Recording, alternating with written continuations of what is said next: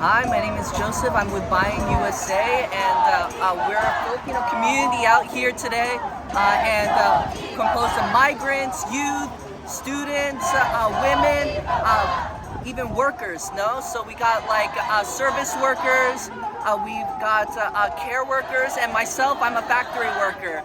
And so we're all here today to deliver our pro-people budget.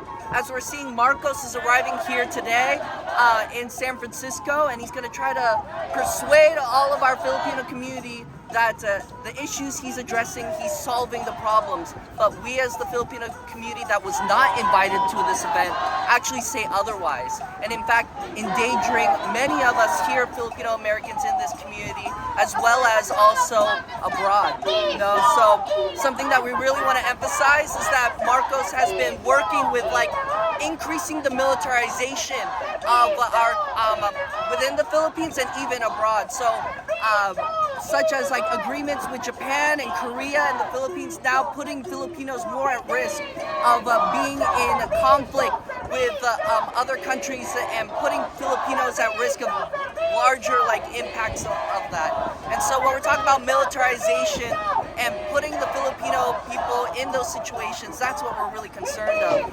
Buying more military weapons, putting more military agreements, and really just emphasizing that Marcos himself is very much a puppet for the U.S. and for Biden and all of his military economic schemes and all of that. So as BAYAN USA, we're really trying to work with all of our Filipino community here today to bring this pro-people budget, really address the corruption and the pocketing of our tax dollars going into these elites' pockets, and also going towards the militarization of our community. So that's why we're here today, and that's why we really want to emphasize that there is a Filipino community here in San Francisco, not just in San Francisco.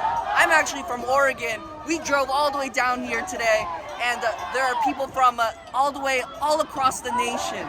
So we even got folks from New York, DC, we got folks up in Seattle, down in Los Angeles, all came down here today because we see this as an opportunity to bring the Filipino people's issues directly to the person, to the people that are, let me be more specific, directly to President Marcos himself. When we say that there are issues that are being affected by the Filipino people, we're talking about Marcos. And so that's why we're delivering this letter, and that's why we're all here today, and we'll continue to be here today as he comes later this evening.